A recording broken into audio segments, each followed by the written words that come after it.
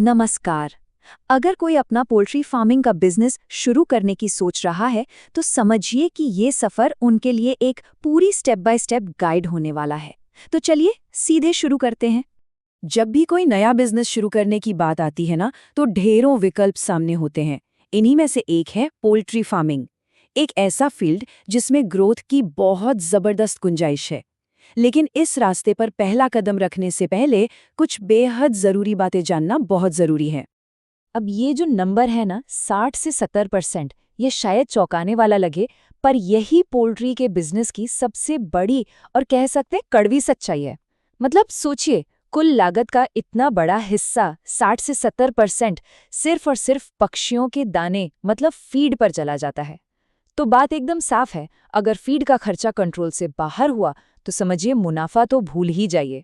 इसीलिए तो कहते हैं इस बिजनेस में सबसे पहले बजट और प्लानिंग पर ही सारा ध्यान देना पड़ता है। तो अपना ये सफर इन 5 मुख्य पड़ावों से होकर गुजरेगा। सबसे पहले हम समझेंगे कि भाई ये बिजनेस फायदेमंद क्यों है। फिर सही पक्षियों को कैसे चुनें, उनके लिए एक बढ़िया घर कैसे बनाएं, उनकी सेहत का ध्यान कैसे रखें, और सबसे जरूरी, इस सपने को हकीकत में बदलने के लिए पैसा कहाँ से आएगा। तो पहला सवाल, आखिर पोल्ट्री फार्मिंग ही क्यों? देखिए, ये सिर्फ मुर्गियां पालने का काम नहीं है, ये हमारे देश की अर्थव्यवस्था का एक बहुत ही अहम हिस्सा है। खासकर ग्रामीण इलाकों में छोटे और सीमांत किसानों के लिए ये इनकम और रोजगार का एक मजबूत जरिया बनता है। ये एक ऐसा बिजनेस है जो सीधे जमीन से जुड़ा है और लोगों की जिंदगी बदलने की ताकत रखता है। चलिए अब बात करते हैं उन पहले और सबसे जरूरी फैसलों की जो किसी भी नए फार्मर को लेने पड़ते हैं। यहीं से असल में आपके पूरे बिजनेस मॉडल की नींव रखी जाती है। तो पोल्ट्री फार्मिंग में ना मोटे तौर पर 2 ही रास्ते खुलते हैं और यहीं पर पहला बड़ा फैसला लेना होता है। एक रास्ता है ब्रॉयलर फार्मिंग का, यानी उन मुर्गियों को पालना जिनसे मांस मिलता है। और दूसरा रास्ता है लेयर फार्मिंग का। जैसा नाम से ही जाहिर है, इसका पूरा फोकस अंडों के प्रोडक्शन पर होता है। और हाँ, ये बात गांठ बांध लेनी चाहिए कि इन दोनों के बिजनेस मॉडल, इनका मैनेजमेंट, यहाँ तक कि इनकी मार्केट भी एक दूसरे से बिल्कुल अलग है। अगर बड़े लेवल पर मतलब कमर्शियल फार्मिंग करनी है तो सही नस्ल चुनना बहुत ही ज़्यादा ज़रूरी है। ब्रॉयलर के लिए कॉब और रॉस जैसी नस्लें काफ़ी पॉपुलर हैं क्योंकि ये तेज़ी से वज़न बढ़ाती हैं। वहीं अगर मकसद अंडे का उत्पादन है तो बैबकॉक, बोवान्स और हाईलाइन जैसी लेयर नस्लें सबसे बेहतरीन मानी जाती हैं। ज़रा इस पक्षी को देखिए, ये एक मॉडर्न कमर्शियल ब्रॉयलर, इसे एक तरह की प्रोटीन मशीन भी कह सकते हैं, जिसे खास तौर पर इसलिए डेवलप किया गया है ताकि ये कम से कम समय और चारे में ज़्यादा से ज़्यादा मांस दे सके। यही वो टेक्नोलॉजी है जो बड़े पैमाने पर कमर्शियल फार्मिंग को मुमकिन बनाती है। लेकिन ज़्यादातर पोल्ट्री का काम छोटे पैमाने पर या फिर घरों के पिछवाड़े यानी बैकयार्ड में होता है।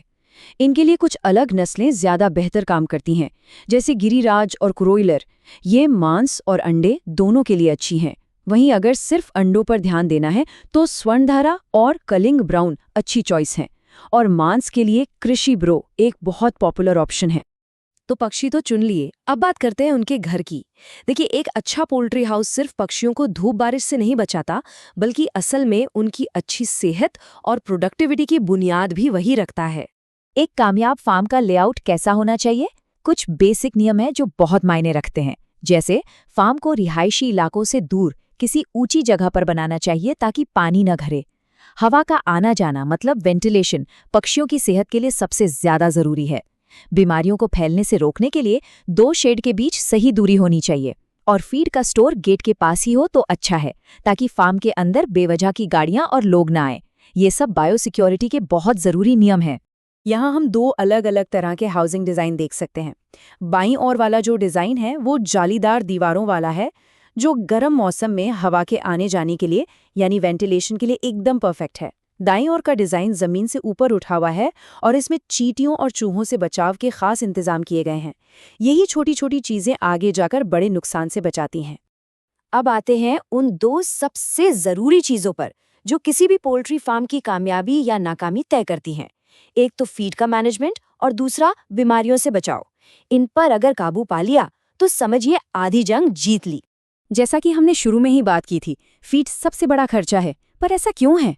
क्योंकि पक्षियों के सही विकास और प्रोडक्शन के लिए एक बैलेंस डाइट बहुत ही ज़रूरी है। उनके खाने का 70 से 80% हिस्सा कार्बोहाइड्रेट होता है, जिससे उन्हें एनर्जी मिलती है। 10 से 20% प्रोटीन उनके विकास के लिए चाहिए और बाकी का फैट, मिनरल्स और विटामिन्स उनकी सेहत को बनाए रखने के लिए ज़रूरी हैं। बीमारियों को समझना भी बहुत ज़रूरी है। ये जो रोग त्रिकोण या डिजीज ट्रायंगल का सिद्धांत है ना, ये बहुत काम का है। ये बताता है कि बीमारी सिर्फ कीटाणु यानी पैथोजन से नहीं होती, ये 3 चीज़ों का नतीजा है। कीटाणु, खुद पक्षी यानी होस्ट और फार्म का माहौल यानी एनवायरनमेंट।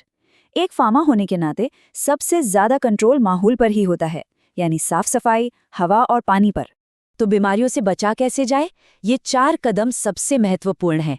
पहला, बायोसिक्योरिटी, मतलब बाहर से बीमारी को फार्म के अंदर आने ही न देना। दूसरा, टाइम पर सही वैक्सीनेशन करवाना। तीसरा, जो पक्षी बीमार हैं या प्रोडक्शन नहीं दे रहे, उन्हें झुंड से तुरंत हटा देना, जिसे कलिंग कहते हैं।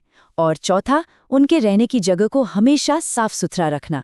यकीन मानिए, सिर्फ साफ सफाई से ही 90% बीमारियों को रोका जा सकता है। अच्छा, एक बढ़िया प्लान तो तैयार है, लेकिन इसे हकीकत में बदलने के लिए पैसों की भी तो जरूरत होगी। पर अच्छी बात यह है कि पोल्ट्री फार्मिंग शुरू करने के लिए कई सारी सरकारी योजनाएं और वित्तीय मदद उपलब्ध हैं। इन्हीं में से एक बहुत ही प्रमुख योजना है राष्ट्रीय पशुधन मिशन, यानी कि NLM।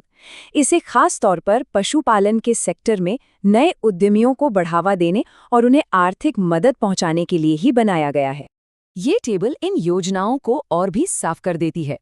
राष्ट्रीय पशुधन मिशन के तहत प्रोजेक्ट की कुल लागत पर 50% तक की सब्सिडी मिल सकती है, जो 25 लाख रुपए तक जा सकती है। छोटे बिजनेस के लिए प्रधानमंत्री मुद्रा योजना से 10 लाख तक का लोन मिल सकता है और रोज के खर्चों के लिए किसान क्रेडिट कार्ड के जरिए 3 लाख तक का लोन, वो भी कम ब्याज पर मौजूद है। ये आंकड़ा वाकई में बहुत मायने रखता है। राष्ट्रीय पशुधन मिशन के तहत 50% तक की कैपिटल सब्सिडी। इसका सीधा मतलब है कि प्रोजेक्ट की आधी लागत सरकार उठा सकती है। ये किसी भी नए उद्यमी के लिए एक बहुत बड़ा सहारा है और बिजनेस शुरू करने के फाइनेंशियल बोझ को काफी हद तक कम कर देता है। तो इस पूरे सफर का सार क्या निकलता है? सफलता इन 3 पिलर्स पर टिकी है। अपने लक्ष्य के हिसाब से सही नस्ल चुनना, पक्षियों के लिए एक सुरक्षित और आरामदायक घर बनाना और उनके खाने पीने और स्वास्थ्य की बेहतरीन देखभाल करना। तो देखिए, अब एक पूरा रोड मैप सामने है। सही नस्ल कैसे चुनें, वहां से लेकर फंडिंग कहां से मिलेगी, सब कुछ। तो अब सवाल बस एक ही बचता है, क्या पोल्ट्री फार्मिंग ही वो अगला बड़ा कदम है? क्या यही वो मौका है जिससे एक कामयाब बिजनेस की कहानी लिखी जा सकती है?